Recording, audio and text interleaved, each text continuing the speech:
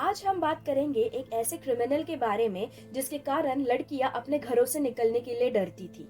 एक वक्त था जब पूरे देश में स्पेशली लड़कियों के दिल और दिमाग पर इस आदमी का ऐसा दहशत फैला हुआ था कि लड़कियां इसका नाम सुनकर भी कांप जाती थी। लड़कियों को मौत मंजूर थी मगर इस आदमी के हाथ लगना नहीं। इस आदमी का नाम है एम जयशंकर और लोग इसे साइको शंकर के नाम से भी जानते हैं। इस आदमी ने 30 औरतों के रेप किए हैं, 19 औरतों को मौत के घाट उतारा है। आइए जानते हैं एम जयशंकर की कहानी मेरी जुबानी। एम जयशंकर का जन्म तमिलनाडु के सेलम जिले में हुआ था। वो एक पति और 3 बेटियों का पिता था। खेती करने वाले जयशंकर ने ट्रक ड्राइविंग को अपना पेशा बना लिया और उसके बाद से ही हैवानियत भरा खेल शुरू हुआ। 3 बेटियों का बाप होने के बाद भी उसने 30 रेप, 15 मर्डर और अनगिनत चोरियां की थी। एम जे शंकर एक ट्रक ड्राइवर था और उसके प्रोफेशन के कारण वो तमिल, कन्नड़ा और हिंदी काफी अच्छी तरह बोल पाता था। जब उसकी तीनों बेटियां छोटी थी तभी ही जयशंकर ने अपना गांव और घर ये दोनों ही छोड़ दिए थे। 3 जुलाई 2009 में साइको शंकर ने पेरंडली में रहने वाली 45 ईयर ओल्ड पी श्यामला पर रेप और मर्डर अटेम्प्ट किया था। ये उसका सबसे पहला रिपोर्टेड केस था। हाईवेज और ढाबे पे खड़ी रहने वाली सेक्स वर्कर्स ये उसकी प्राइमरी विक्टिम्स थी।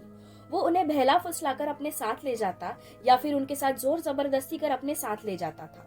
वो पहले उन्हें फिजिकली टॉर्चर करता, उनका रेप कर उन्हें बेदर्दी से मौत के घाट उतार देता। साइको शंकर के पास हमेशा एक काले रंग का बैग होता था जिसके अंदर वो एक कुल्हाड़ी रखता था। जो भी लड़कियां उन्हें अपने साथ शारीरिक संबंध बनाने से मना कर उसे रेजिस्ट करती थी, वो उन लड़कियों को उसी कुल्हाड़ी से मार देता था। मगर बात यही खत्म नहीं होती। उन्हें मारने के बाद उनके बदन पर जो भी जेवर होते थे वो उन्हें चुरा कर वहां से भाग जाता था। हम अपने देश में महफूज महसूस करते हैं क्योंकि हम ये बात जानते हैं कि हमारे पुलिस ऑफिसर्स हमें बचाने के लिए हमेशा सतर्क रहते हैं। मगर क्या हो अगर पुलिस ऑफिसर ही किसी साइकोपैथ का शिकार बन जाए तो? 23 अगस्त 2009 M Jayamani chief deputy minister M K Stalin के विजिट के टाइम पर ड्यूटी पर थी। तभी साइको शंकर ने उसे किडनैप किया, उसका रेप कर उसका मर्डर तक कर दिया। एम जयामानी की बॉडी तकरीबन 1 महीने बाद यानी 19 सितंबर 2009 को मिली।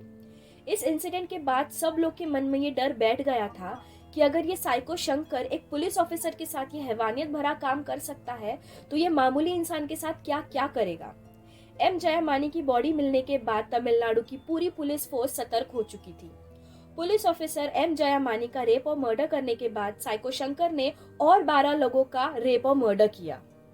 Tamil Nadu, Karnataka, Andhra Pradesh and neighbouring states like Goa and Maharashtra सबकी पुलिस अब सतर्क हो चुकी थी।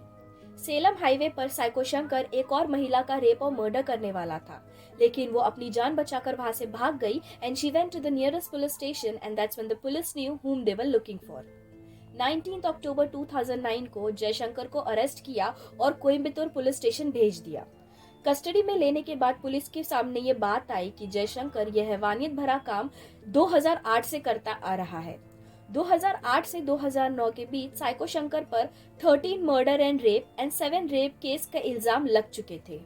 The first escape. 17 मार्च 2011 को जयशंकर को धर्मपुरी फास्ट ट्रैक कोर्ट में पेश किया गया था। उसके अगले ही दिन 2 police officers M Chinnaswamy and Rajavelu ये दोनों जयशंकर को फिर से कोयम्बतूर जेल ले जा रहे थे, वो भी रात के 9:30 बजे। धर्मपुरी बस स्टैंड पर जयशंकर ने दोनों पुलिस ऑफिसर्स को चकमा दिया और वहां से भाग गया। 25 year old police officer M Chinnaswamy इस वाक्य से इतने हताश, नाराज और शर्मिंदा थे कि उन्होंने अपने आप को गोली मार अपनी जान ले ली। The hunt continues. सेलम से भागने के बाद जयशंकर कर्नाटका में आतंक मचाने पहुंच चुका था। उसने 1 महीने के अंदर ही 10 औरतों का रेप और मर्डर किया था। जेल से भागने के 1 महीने बाद पुलिस ने जयशंकर के फोन को पहले दिल्ली में ट्रेस किया, उसके बाद मुंबई में ट्रेस किया और उसके बाद उसका फोन बंद हो गया। जयशंकर जितना बड़ा हैवान था उतना ही शातिर भी। उसने अपना फोन एक वाहन में छोड़ दिया ताकि पुलिस ऑफिसर्स उसकी एग्जैक्ट लोकेशन कभी ट्रेस ही ना कर पाए। कर्नाटका पुलिस ने कर्नाटका स्टेट में जगह जगह जयशंकर के पोस्टर्स तक लगा दिए। 4 मई 2011 में जयशंकर इलागी गांव से एक मोटरसाइकिल चुराकर भागा और खेत में काम कर रही महिलाओं को खाना और पानी मांगने के बहाने से उनका रेप और मर्डर करने की कोशिश की। एक महिला उसके चंगुल से भाग गई और अपने पति की मदद से उसने ये केस पुलिस में रजिस्टर कराया। साइको शंकर को दूसरी बार अरेस्ट कर बैंगलोर के जेल में भेज दिया गया, जहां उन्हें पता चला कि he has no control over his criminal instinct, जिसके कारण उस पर वहां साइकाइट्रिक ट्रीटमेंट किया गया। The second escape. एक दिन कोर्ट से वापस आते वक्त जयशंकर ने कहा कि वो काफी अनईजी फील कर रहा है, जिस कारण उसे अपने लिए एक अलग सेल चाहिए। 1 सितंबर 2013 में जिस सेल में जयशंकर को एडमिट किया गया था, उसकी डुप्लीकेट चाबी बनाकर जयशंकर वहां से भाग गया। पुलिस को शक था कि इस एस्केप में एक अंदर वाले आदमी का ही हाथ है, मगर आज तक ये बात कंफर्म नहीं हुई कि वो डुप्लीकेट चाबी भला जयशंकर को कहां से मिली या किसने बनाकर दी। जेल से बाहर निकलने के लिए उसे 3 दीवारों को पार करना था। पहला 15 फीट, दूसरा 20 फीट, तीसरा 30 फीट। जयशंकर ने इन तीनों दीवारों को पार कर लिया और पावर कट के कारण उसने इलेक्ट्रिक फेंसिंग को भी पार कर लिया। वो इतना स्मार्ट था कि अपने आप को बैलेंस करने के लिए उसने एक बैम्बू स्टिक का सहारा लिया और कांच से बचने के लिए उसने ब्लैंकेट की मदद ली।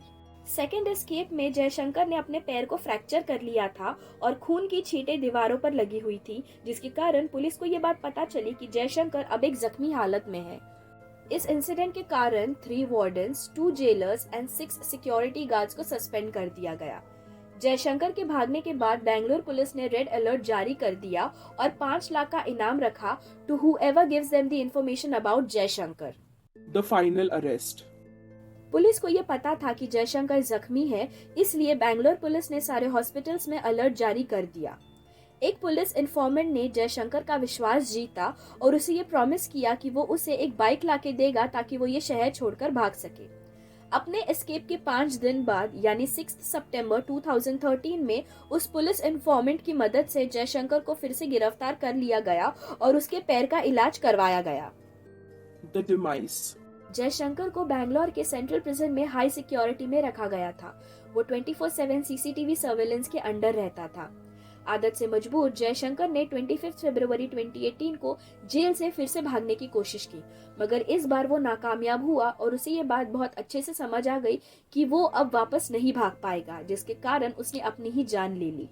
अगले दिन जयशंकर खून से लथपथ पाया गया और उसके पास एक शेविंग ब्लेड मिला जो उसने एक नाई से चुराया था। जेल का स्टाफ जयशंकर को अस्पताल ले गया ट्रीटमेंट के लिए, मगर उसी दिन सुबह 5 बजे जयशंकर को डेड डिक्लेयर कर दिया गया।